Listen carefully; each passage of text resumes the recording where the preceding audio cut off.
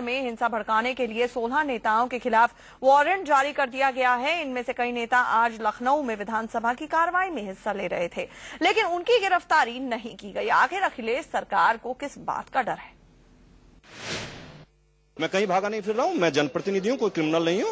और अगर मैंने कुछ गुनाह किया है तो उसके लिए मैं भुगतने को तैयार हूं। अगर गुनाह नहीं किया है तो सरकार की गलत नीति के कारण अगर मुझे जेल भेजना चाहते हैं तो मैं तैयार बैठा हूं, कोई दिक्कत नहीं। ये बोल है मुजफ्फरनगर के 16 मोस्ट वांटेड में से एक बीजेपी के विधायक संगीत सोम के।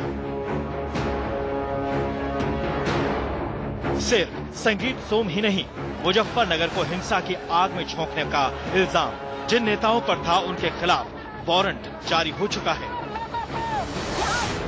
ये है वो नेता जो मुजफ्फरनगर के मोस्ट वांटेड हैं। इनमें से 4 नेता बीजेपी के हैं।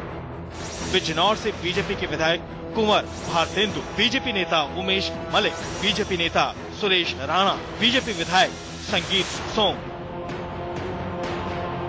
संगीत सोम विधानसभा में मौजूद थे। उन्होंने कहा कि वो गिरफ्तारी के लिए तैयार हैं।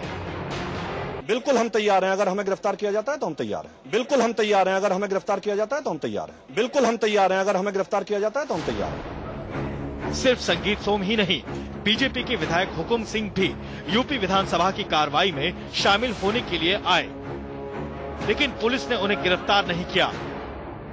हालांकि बाहर पुलिस गिरफ्तारी की नीयत से तैनात कर दी गई थी। मौजूद है, वो बाहर निकलेंगे, उनकी गिरफ्तारी संभव है। हम आपको विधानसभा की तस्वीरें दिखा रहे हैं। आप देखिए कि सुरक्षा व्यवस्था को कितना पुख्ता कर दिया गया है। तमाम सुरक्षा बलों की तैनाती यहाँ पर कर दी गई है, ऐसा माना जा रहा है। हालांकि नियम ये कहते हैं कि सदन के अंदर यानी सदन प्रेमाइसेस के अंदर किसी भी नेता की गिरफ्तारी, किसी भी विधानसभा सदस्य की गिरफ्तारी नहीं हो सकती है। लिहाजा फिर भी यहाँ पर सुरक्षा व्यवस्था को और पुख्ता कर दिया गया है कि अगर यहाँ से वो बाहर जैसे ही निकलेंगे, पुलिस की योजना और सरकार की योजना ये है, आरोपी जो विधायक है इस पूरे मामले में दंगों में, उनको गिरफ्तार किया जा सकता है। इसी के मद्देनजर यहाँ की सुरक्षा को और पुख्ता कर दिया गया है, बढ़ा दिया गया है।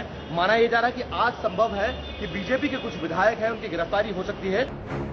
इनके अलावा जिन नेताओं के खिलाफ वारंट जारी हुआ है उनमें चरथावल से बीएसपी के विधायक नूर सलीम राणा, मुजफ्फरनगर से बीएसपी के सांसद कादिर राणा, बीएसपी विधायक मौलाना अमील अहमद, कांग्रेस के पूर्व सांसद सईदुर जमा शामिल हैं। साथ ही भारतीय किसान यूनियन के अध्यक्ष नरेश टिकैत, प्रवक्ता राकेश टिकैत को भी हिंसा भड़काने का आरोपी बनाया गया है। इनके अलावा 31 अगस्त को महापंचायत में भड़काऊ भाषण देने वाली साध्वी प्राची आर्य के खिलाफ भी वारंट जारी कर दिया गया है। इन नेताओं पर धारा 144 के बावजूद अलग अलग गुटों की मीटिंग में शामिल होने और हिंसा भड़काने का आरोप है। सवाल उठता है कि कोर्ट के वारंट से पहले ही अखिलेश सरकार ने इन पर कार्रवाई क्यों नहीं की।